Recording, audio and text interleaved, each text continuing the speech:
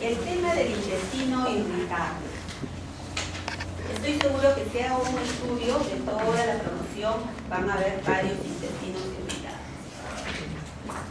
Entre los trastornos digestivos funcionales más conocidos tenemos la dispepsia y tenemos el intestino irritable. Pero también en estos trastornos funcionales vamos a tener como síntomas, primero que son crónicos, son recurrentes y la predominancia es el dolor abdominal, pero un dolor abdominal que se asocia con meteorismo, con distensión abdominal y con irregularidades en el hábito intestinal, ¿no? Que puede ser o es muy estreñido o tiene diarrea, o a veces puede suceder que sea mixto, periodos de estreñimiento, periodos de diarrea. Entonces son esos pacientes que nos llegan a la consulta y nos dicen que se levantaron bien, pero que en el transcurso de la mañana, de la tarde, se le hincha la barriga, se sienten incómodas si son jóvenes porque le están haciendo en el micro porque piensan que están embarazadas, ¿no? Estos trastornos funcionales intestinales se pueden distinguir de otros basados en la cronicidad. Hablamos nosotros 6 meses de síntomas en el momento de la presentación, la actividad actual, que sean síntomas presentes en los últimos 3 meses y la frecuencia, síntomas presentes en promedio una vez al día por semana. Entonces la cronicidad es lo que me va a orientar en funcional, si es que son trastornos funcionales. Y lógicamente lo más importante es que no haya anormalidades ni anatómicas ni fisiológicas que puedan encontrarse en un examen diagnóstico de rutina. Entonces veamos nosotros la importancia de la temporalidad, ¿no? Y los trastornos funcionales intestinales, síndrome intestino irritable, constipación funcional también hay, diarrea funcional también, y el hecho de la distensión o el meteorismo como asociado con molestias digestivas, también aquellos desórdenes que no están muy específicos o la constipación inducida por opioides, ¿no? Eso ya es más fácil porque el antecedente va a ser que usa pues los opioides.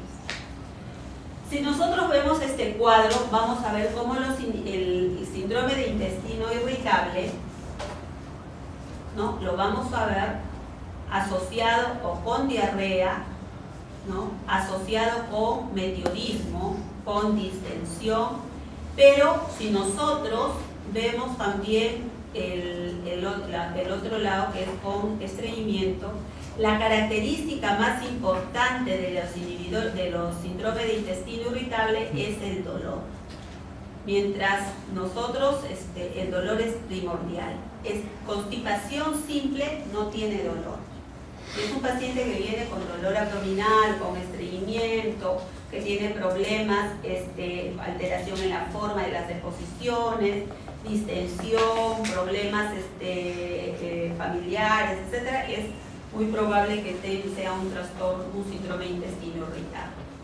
Entonces, es un trastorno intestinal funcional en que el dolor abdominal recurrente va a ser asociado con la defecación o los cambios en la frecuencia de la evacuación. Entonces puede estar asociado, como les decía, con estreñimiento, con diarrea o intercalado, periodos de estreñimiento y diarrea. Y lo más importante es que va a estar acompañado de distensión abdominal, de meteorismo.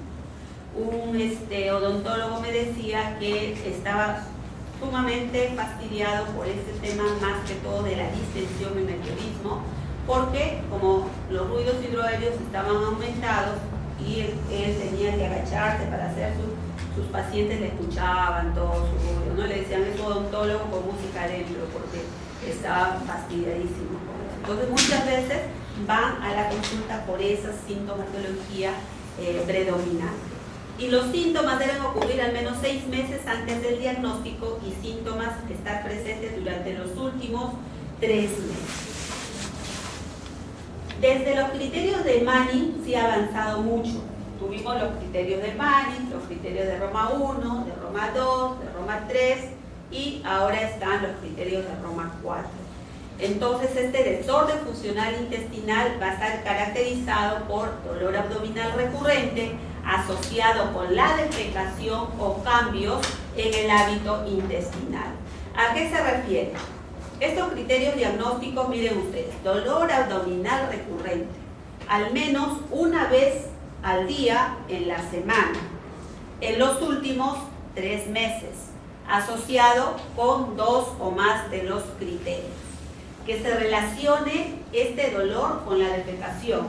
Refieren los pacientes, van al baño, evacúan, calma el dolor. Que se relacione con el cambio en la frecuencia de las heces. ¿A qué se refiere? Que de repente yo estoy acostumbrada a ir todos los días al baño y de repente noto que comienzo a ir 2 a 3 veces al día o comienzo a ir cada 2 o cada 3 días. Ya está cambiando mi frecuencia evacuatoria. Asociado con el cambio en la forma de las heces. ¿Qué me dice el paciente? Doctor, estoy haciendo como en bolitas de carnero o mis heces se me desmenuzan. Antes hacía bien bonita como un paciente me dijo como un submarino. Como un submarino y ahora ya son como bolitas de carnero. Otros no, se me deshacen cuando... Entonces hay que ver la famosa escala de Bristol que vamos a ver más adelante. Si hablamos de prevalencia mundial es de un 11.2%, ¿no? Se estima la incidencia en 1.3 a 1.5%.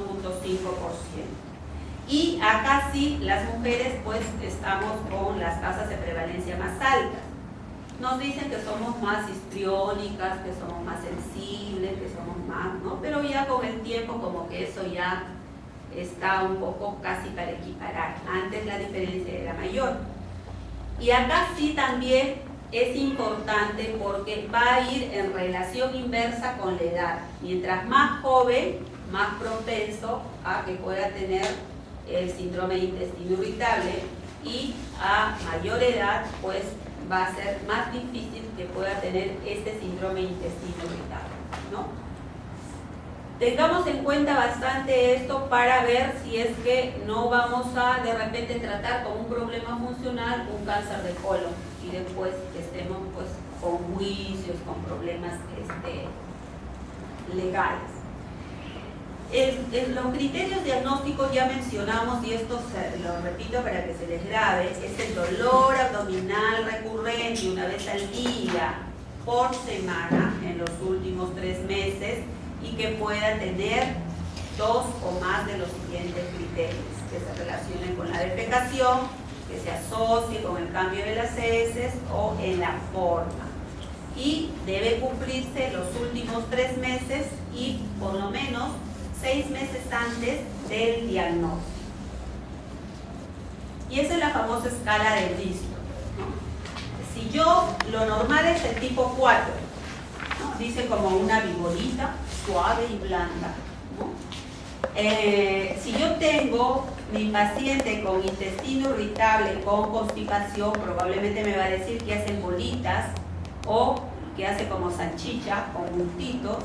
Si tengo mi paciente que tiene más bien síndrome de intestino con diarrea, me puedo referir que hace como pedazos, como desechos o más aguado, a veces enteramente líquido. Entonces yo le muestro mi escala de Bristol y cómo hace, de qué forma, y ahí está pues la indicación. Y de acuerdo a la escala de Bristol también, como les mencionaba, vamos a ver si es síndrome intestino irritable con diarrea o si es síndrome intestino irritable con estreñimiento. Hay que tener en cuenta para el diagnóstico que hay un grupo de síndrome intestino irritable no clasificado. Este grupo no es frecuente porque hay dificultad en la clasificación de precisión, ¿no?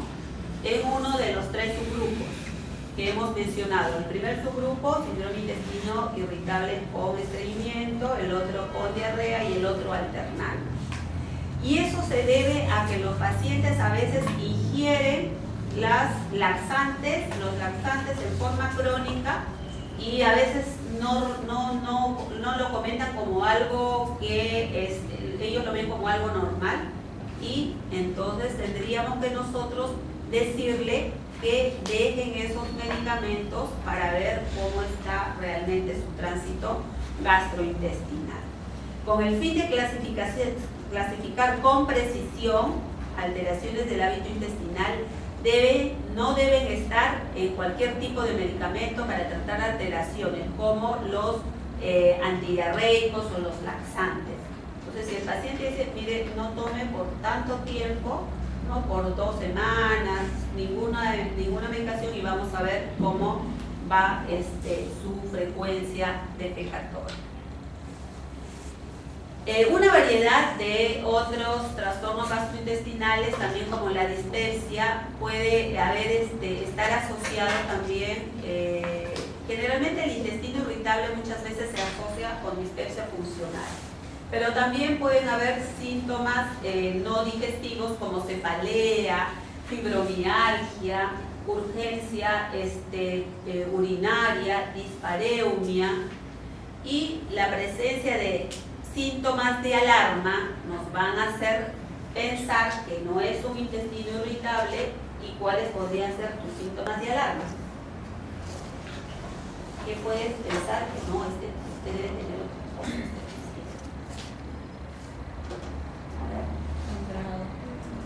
Hemorragia, anemia, diarreas persistentes, dolor abdominal agudo, reciente, puede ser otro problema digestivo, ¿no?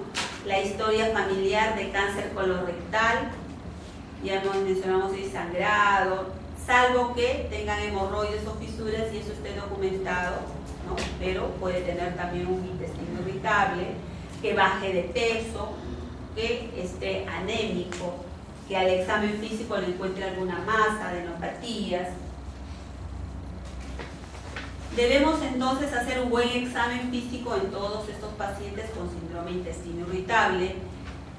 Se dice que generalmente con nuestros criterios de Roma 4 ya no necesitaríamos ni hacer muchos exámenes auxiliares, pero realmente tenemos que sí, por lo menos, un hemograma para ver que no haya una anemia. De repente, si estamos en una zona endémica donde hay tuberculosis, una velocidad de sedimentación, algún examen, un parasitológico, un coprológico, ¿no? Para descartar que no haya sangre oculta en heces, un tébeno, etc. El síndrome de intestino irritable no clasificado, debemos realizar la PCR, ¿no? Las proteínas reactivas, la calproteína fecal para descartar enfermedades inflamatorias intestinales, pero sobre todo en sitios donde haya más incidencia de estas enfermedades, ¿no?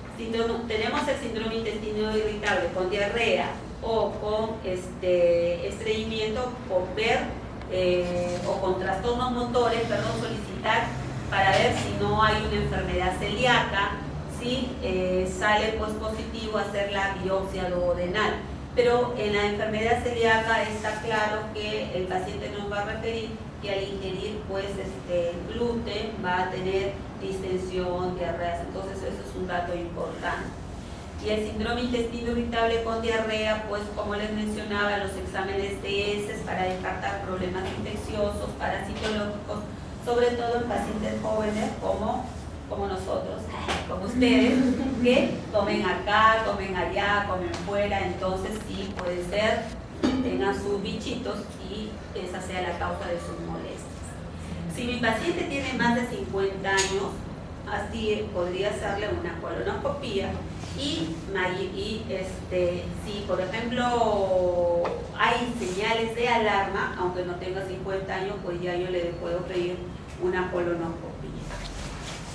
La colonoscopía también está indicada para la presencia de signos y síntomas de alarma, como los pacientes con antecedentes familiares de cáncer colorectal o diarreas persistentes en los cuales la terapia empírica no ha sido buena porque puede ser de repente una colitis microscópica. Y ahí sí se necesita hacer la colonoscopía para las tomas de biopsia y poder que el patólogo nos dé un informe. Las biopsias, como les dice allí bien claro, de diferentes segmentos del colon pueden ser necesarios si pensamos en una colitis microscópica o linfocítica. Los test del aliento para descartar mala absorción de hidratos de carbono también puede ser útil en algunos pacientes que tengan síndrome intestino irritable y diarreas persistentes.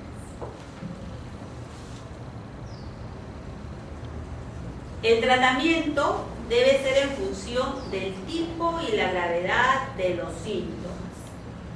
Aunque los datos son limitados, modificaciones del estilo de vida pueden mejorar también este síndrome intestino irritable, incluyendo el ejercicio, bajar el estrés, ¿no? De repente si tiene insomnio, mejorar eso, y muchos pacientes llegan hasta a la acupuntura para mejorar esos síntomas, y también refieren que con el yoga los relajan y les hacen tener una mejor, disminuye su sintomatología, ¿no? La administración de suplementos de fibra dietética sigue siendo la piedra angular en el manejo del síndrome de intestino irritable.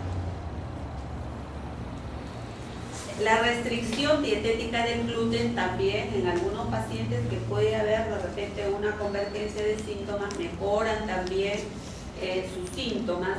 Y hay un régimen dietético que es el FODMAP, es una dieta especial que se asocia con restricción y reducción de alimentos que produzcan mucha fermentación, y con eso se ve una mejora significativa de estos síntomas de los pacientes que tienen este síndrome intestino irritable. Pero hay algo importante que no está acá y que deben de conocer, que es la relación médico-paciente. No de te invito a tomar un café, vamos a comernos algo, no, sino que ellos se sientan tranquilos de que si van a la consulta por sus síntomas se les va a escuchar, se les va a atender, se les va a dar la atención que necesitan y aclararles que es un problema crónico, que lo tienen muchas personas. Una pena entre dos es menos atroz, se sienten más tranquilos cuando dicen, ya sí, lo tienen varios, pero eso lo tenemos que tener, debemos de comentarle al paciente si tenemos totalmente la certeza de que pues no tenga una patología que explique un cáncer, lesiones inflamatorias, etcétera, ¿no? Entonces, si yo tengo esa certeza con mis exámenes previos, digo, mire señor, esto es un problema crónico, va a tener periodos de mejora, va a tener periodos que se va a reagudizar y vamos a necesitar pues un tratamiento de acuerdo al síntoma predominante.